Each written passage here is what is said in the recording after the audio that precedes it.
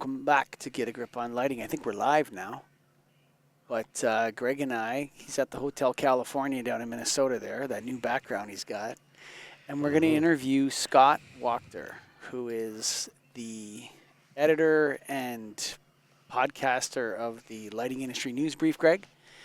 Yep. The Darkness News Update, and participated in almost everything we did from 2019 until today, including all the work at Nailed and all the committees and all the letters and everything that we worked on. Scott Wachter had a role in all of those different things, Greg.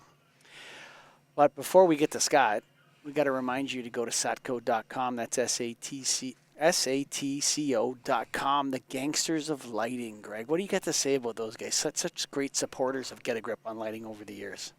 Yeah, one of our top supporters for sure, and great people. The product obviously is there, but a lot of times it comes down to the person and the people behind it, and that's what Satco brings. And you said it many times before, is if you have one lighting company you want on your line card, if you're just going to go with one, Satco's the one, because they have everything, from decorative fixtures to functional fixtures to light bulbs to old and new. They have HID, they have fluorescent still, they have everything you need, and all the LED and all the innovation and the knowledge. Like if I have a question on lighting, like that's deep that I can't get to, I go to Satco because they have the answer. That tells you a lot about it. That's why we always call them the gangsters of lighting, and so we really appreciate all your support. Alan, Chris, everybody out there at Satco, we love you guys. Thank you for supporting. Brian Brandis, of course. Thank you for supporting us for so many years here at Get a Grip on Lighting, and yeah, this is our last Satco episode, Greg, if you can believe it. And the man himself, Billy Gilden. So Billy Gilden, we really appreciate all you've done. Yep. Thanks, guys. So go to satco.com. And if you're going to pick one lighting company, man, they have multiple things of the same item sometimes, multiple choices of the same item. So go to satco.com. Of course, great supporters of the National Association of Innovative Lighting Distributors. Go to naild.org. If you have light bulbs in a warehouse, this is your association. If you have light fixtures in a warehouse, you sell them over a counter, you sell them, then this is where you belong, naild.org. Welcome to Get a Grip on Lighting, Scott Wachter. Hey, everybody. So there's been a lot of changes over the years. A lot of things have happened. Different things have come up and down. What's of all the things that we did, from Get a Grip on Lighting to Restoring Darkness, Darkness News Update, the LS Evolve, Darkness Restoration 1, revamping LS1, LS2, all the committee work, all the letters. What is your favorite memory of being involved in this whole apparatus? Oh, dear. I think I'm going to pick something actually kind of recent, is that, I am an unwise man, but it is part of the job. I read YouTube comments, specifically the ones on all the things we do, because I have to, make sure I delete all the spam bots. And on the last Darkness News Update, I got a comment from someone entirely new, hadn't seen anything from them before, and they just said, I was really curious about all the things you talked about, because it was one of the longer episodes, probably like 25 stories I went through. And he was like, oh, and then I actually went to your website and you had all the links there. And I'm like, yeah, I'm doing the work, honestly. I'm putting the work in, and I was just glad to see that acknowledged. I mean, Devin Wall still is the only person who sends me fan mail, I think, which is great. I think I'll always have that one fan. I will, but no, I mean, honestly, I do a lot of this work alone, and there's the points of collaboration are often very short, just bounce a few ideas and go off. So when something comes out and it's done, I don't necessarily get any feedback or, really about it. And then once in a while, it sparks like that moment of like, oh yeah, no, people appreciate it, people do value it, and it's easy to lose track of that when you've got regular deadlines and whatever. Like, having Nailed members come up to me and be like, dude, what are you doing with all the, how are you doing this? How are you getting 100 stories about lighting out every week? And just feeling that little bit of love from the association is, it's it keeps you going. It keeps you doing it for 6 or 7 years. Yeah, Yeah. you think back, Greg, to when it all started. I mean, can't remember when the lighting industry news brief started. It's got to be something like 2019, 2020, Greg, no? Yeah, it sounds It, about right. Or do no, Scott? When was it? November of 19, 2019. 308 weeks ago. Holy mackerel. So yeah, I mean, I think about it, and I agree, Scott, that a lot of people you don't hear like fan mail, like even our podcast and stuff. Every now and then somebody comments, but it's more like the verbal stuff, and you probably don't hear it as much as I do. But like I talk to a lot of people in the lighting industry, and everybody freaking loves the lighting industry news brief, and including me. That's the only thing I look at. There's a lot of great other media publications, but I don't really have time to look at it daily. I want to synapse once a month or once a week. I look at it and I say, here's what I need to know. This makes sense. That's good. Whatever. I don't care about that, but it's on there. But there's something for everyone in lighting, and I think there's a lot of places that just take things and drag it in and make it a story. You actually format it and make sense of it and have sometimes a little commentary and the right link to it. So verbally there, Scott, man, I'm telling you, it's hands down the best publication out there from a dude who's been in lighting for 20 years. And then I guarantee you hundreds of other lighting professionals out there, maybe thousands that listen and watch it. So thank you for all that you did on that. Absolutely. Yeah, and I mean, I gotta say, like, someone told someone told everyone that a press release had to be 300 words, and the majority of press releases just don't have 300 words worth of stuff to say. Sometimes legally, sometimes like there's a contract you can't disclose any details on, and you just get so much piffle. Just so much like, oh yeah, we've got the senior VP of Synergy is very excited about this new dude, 30 words. If you can't say it in 30 words, what are you doing? Yeah, no, and I love that piece of it. One question I've got is the titles. Like I looked at this week, and you said something about TVs Blossom, and I never found out what that meant. But where do you come up with the titles, and where the hell's Blossom? Cree Lighting has a celebrity endorsement from Miriam Bialik, who was Okay, TV's Blossom. got it. And where do you come up with the titles, or how do you think of the titles? Give us the process on what you do. How you figure Honestly, it out. like, it is the last thing. It is the last Okay. thing I do. Like, I record I'll do my recording. I'll do my first round. I'll do whatever edits I need on it, and then I'm just sitting there staring at it. It's like, okay, was there a theme? Did something come out of this? Does something stand out? And sometimes it's like, okay, like I've got 5 stories about copper theft stacked up, and I'm like, can I do something with like coppers and robbers? Is that a thing? Mhm. And then and it'll be something like that. It's just I look at it and something pops out, and some days I really don't have anything. It's all over the place, and it's just like, this is going to be one of those vague one-word titles. If you're listening to this and you don't know what the lighting industry news brief, it's like you have to understand the difference between reporting and journalism. And so what Scott Wachter is doing is reporting the news to you. He's doing his best to minimize his own opinions. And over the years, the only time Scott and I have argued about the lighting industry news brief is when he inserted his opinions in it. Because I love it too. And I'm like, let's keep the opinions out as much as possible and just give people the news that they're looking for. And so Scott Wachter has created the lighting industry's only 2 digital newspapers that I believe. And it arrives every Monday morning in your inbox. You get an email from Scott Wachter, and the whole thing is laid out beautifully into different sections. And it's like 75 to 120 articles in the English language from the last week in the lighting industry. It's truly a spectacular creation, Greg.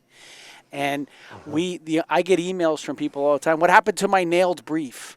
How come I'm not getting my nailed brief? And it's like, check your spam, buddy. It's probably in your spam. Yeah. Right? Outlook doesn't like newsletters. That's what we're learning. It's just Outlook will move a newsletter to spam for no reason. One of my great moments, Greg, just one more thing to address before we move to the next step. I felt like that. I don't know what it was, if you were 220 or 225, but when you charted on the Apple Business News charts a couple months ago, in the United States, not in Yeah. Europe or Asia, because Get a Grip on Lighting, all of our stuff charts on a regular basis around the world. But this, you charted on the U.S. Business News, and that's where you're up against like CNN and Bloomberg and Bitcoin and whatever, Yeah, right? like just all the major newspapers' daily shows. I'm like, okay, yeah, like I'm never cracking that 25 of just like NYT Daily, Front Burner, NPR, First Up. Like that block is there. That like Financial Times, that I'm never hitting that. But like getting into like the mid hundreds is really fantastic. And I will say, I'm at the very bottom of the news chart in Denmark right now. I've been holding on to 250 slot number 250 of 250 for a month. Is so, Scott, to you, is you had no lighting background before you started this. Is it that exciting, or is it just that much going on, or what do you think? Lighting. Well, I will say, like, I was a high school theater kid, and that meant I was like hanging cans and setting up gels. So, like, not to say zero Sure. lighting, but it is an entirely different discipline. And like light sources, electric light sources are the single most ubiquitous piece of technology on Earth. There's 9 in the room with me right now. There's 9 in your office right now, right? And Mhm. when you start saying, okay, this is in every room, and we use it for a bunch of different things, and we say, okay, something, and that business has something happening every week, 100 somethings, as a matter of fact, more often than not. And we get to see, like I've gotten to see stories develop and things and see the industry grow and change. I've gotten to see the horticultural market just explode. And I know Nailed doesn't care. Nailed guys don't care. I don't know why. They buy a lot of very expensive fixtures and they swap them out at L90, guys. Get in on that. But I've Should. also seen, the entire human-centric lighting field explode and become commercialized. I've seen new developments in LiDAR and visual light communication. I've also just seen a lot of interesting designs, and sometimes I just have to say, like, this is a very weird-looking lamp. I saw it, and now you have to too. Hmm. Like, there's this couch that haunts me. It's this giant couch that has like the back extends to the ceiling and it has a light fixture embedded in it, and it's just this massive thing. And I'm like, I will never forget that couch. I will die thinking about that couch. It is my Roman Empire. Is that, like, I was going to say, is there one article that stands out to you, or one piece? Is it that you think about? I mean, there's so many. It's going to be hard to pick, but Oh, it's all a blur, and I will yeah. say, like, once the upload's done, I'm like, gonna forget about almost all of it immediately unless something jogs me onto it, like a something bounces back, like a story comes back, like, you know 4 years later, it's like, oh yeah, I remember Mhm. this guy, I remember this. But I think, I think the Sussex study that was like, yeah, guess what, lighting doesn't change crime rates, doesn't matter, like, if it's there, doesn't matter if it's LED, doesn't matter how bright it is, it's just crime data stays flat no matter every time we've changed the lighting in Essex, right? And Mhm. that's just a fun thing to point out to people. It's like no change in crime, and and we got to see that happen twice. They got to run that story 10 years apart, right? Mhm. So we have the LINB, which is obviously a great piece that you did. You also, like mentioned at the beginning, you've done committee work. Tell us a little bit about that. Um, Honestly, you just like, it's hard to get people to do anything. It's hard to organize Mhm. 6 to 8 people. Like you've tried to get people to go to meet you for lunch. It's impossible once you hit a certain vector. And at a certain point you just have to make it someone's actual responsibility to say, "Okay, no, everybody here, we all agreed it's on Teams at 2. We're all good for that," and just take the notes and make sure everyone follows up on things, right? So when we talk about nailed committees, these are very short bursts of activity generally. Like, I don't think we've ever had one go more than 4 sittings before we either refer it back to the board or it just kind of sits there and doesn't generate a project because we realize there's no there. Like there are a lot of things where we've just sort of sat down and talked about it, and it's like there's no there. Like we're never gonna figure out.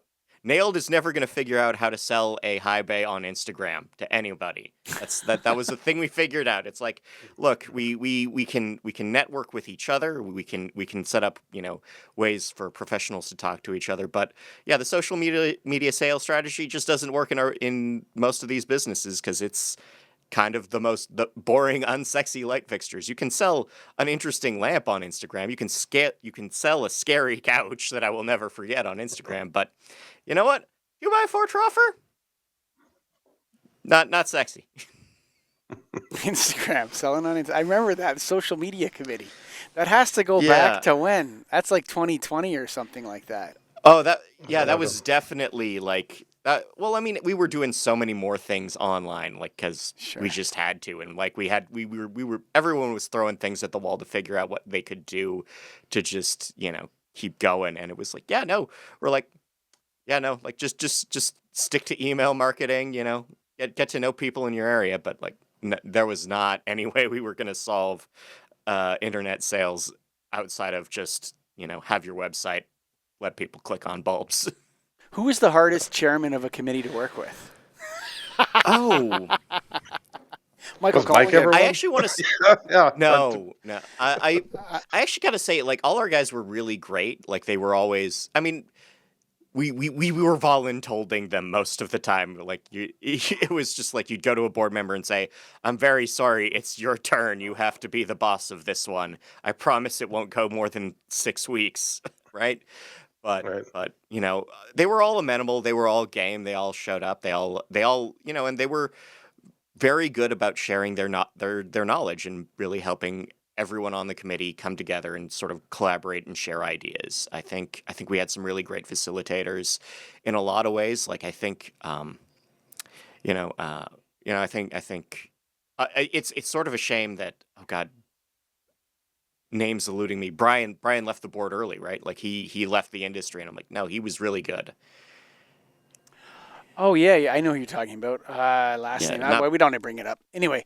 But yeah. yeah, so what is it? What do you think? So Greg, you and I and Scott and everybody that was working at Nailed and Get a Grip Network, what was your favorite failure? Because we tried a lot of things, Greg, that didn't work too. You know what I mean? Like people see the lighting industry news beat, the Lighting Controls podcast, Get a Grip on Lighting, LS Evolve, LS this, da da da da. Well, we tried a lot of stuff. What was your favorite? What did you think was really going to work, or what was your favorite failure of all the things we tried to do over the years? I really thought like a lot of LS Evolve was interesting to make, and I think I learned a lot, and I was like, and it never really caught on. Like it's got it for every person who took an LS1 and got access to the LS Evolve content with it, one in 10 followed through on it, and I'm like, no, there was some genuinely useful stuff in there, and not all of it was like key to your business, but I think like building that whole series on lighting for elder care spaces was Mm-hmm. was fantastic, and I think that's only going to become more relevant in the future because again, as we age, our eyes become less able to absorb photons. The cells cloud, and you can you can do a lot by just cranking up brightness, and we have cheap brightness now. But there are so many other tools we can bring in, and seeing those tools become available was really interesting, and I think it's going to matter a lot more. And some of it was a bit silly, some of it was a little off the wall, but like, I think having a good grounding in what augmented reality works and how lighting controls plays into augmented reality was a fun thing to learn. It's a fun thing to tell people about, even if it's not necessarily going to be everyone's next project. Sure. Just speaking of failures, and I don't really see it as a failure, but a lot of times you have to fail to succeed. And Yeah. the live streams, you came on board and handled all of our live streams at shows, and I think back to those first days, and like I was bringing stuff, Mike was bringing stuff, you were bringing stuff, we were smashing it together, and then we got to a point where you had it down. But I think those first few times were a challenge. Yeah, yeah, certainly. And I mean, we were building the boat while the water was rising in a lot of cases. We were checking things, and we were finding out what bits of tech just did not work. Just did not work, or tools that could not be sustainable. And I mean, eventually, it did turn into a huge production. It's a whole bunch of stuff. Like another great moment in my career is that, okay, like the last set of streams out of Las Vegas, Greg Hmm. packs all this stuff up into a gun case, a rolling. It is a case for firearms, like a large one, large Yeah, firearms, many firearms. Like, safe. I don't know, you could, yeah, it's safe. It's very robust. I'll give you that. But All this right, is like, all right. I'm in Las Vegas, walking through a casino with a gun case, and I'm like, Yeah, I have to go very fast right now because this is not like the last time someone dragged a case with 6 guns through Las Vegas, it ended very badly. Yeah. all right. We've had a lot of misadventures, our crew, eh? Uh, Like crazy. Can we pull it off? Live streaming, the internet connection's not strong enough. Can we, what was that thing called? The channel bonder. We tried to use all this crazy equipment we invested in. And you're right. We have to fail to succeed, but we ended up getting really good at it. And the stuff we did at Canada Light Expo 2024 was really a peak of our live streaming capabilities that we developed. And it was truly spectacular, some of the stuff we were able to accomplish, Greg. Just a bunch of lighting Absolutely. guys, Yeah, you when you know. think back to what it started as and what it became. I mean, and Scott, you were a huge part of that, and it's been a fun ride, man. Wild, for sure. Sure yeah. has. What's the plan for the future, Scott Wachter? Well, I think the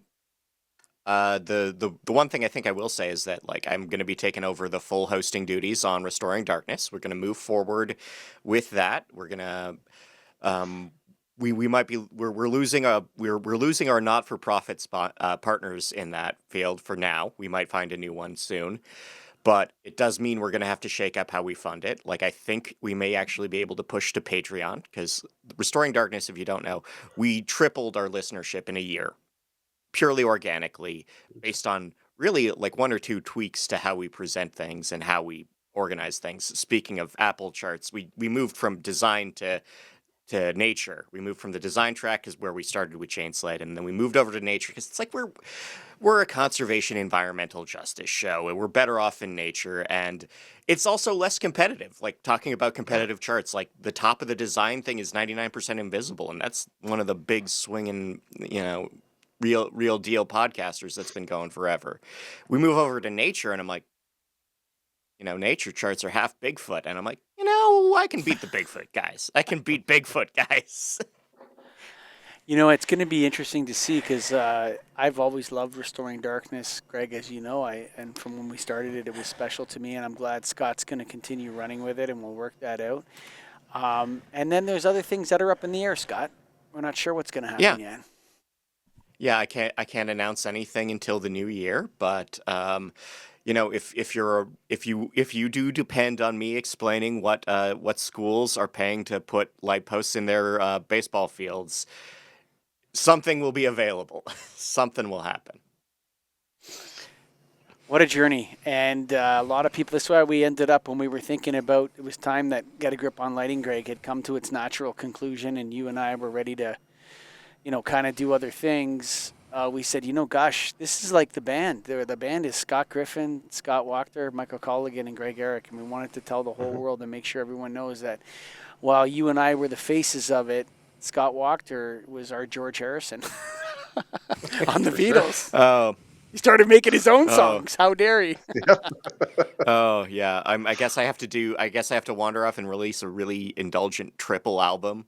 Yeah. Hmm. That first George Harrison release. Come on, man. I know you were backed up, but you didn't have to do it all at once. Yeah, and so Scott, we love you, man. Neil loves you, everyone, and everyone loves the lighting industry news brief. It's one of the greatest, I think. I mean, in terms of in terms of raw acceptance by the average lighting person, I think the lighting industry news brief, Greg, has to be the most popular media property in the history of the lighting industry. I would say so, for sure. On my end, I love it.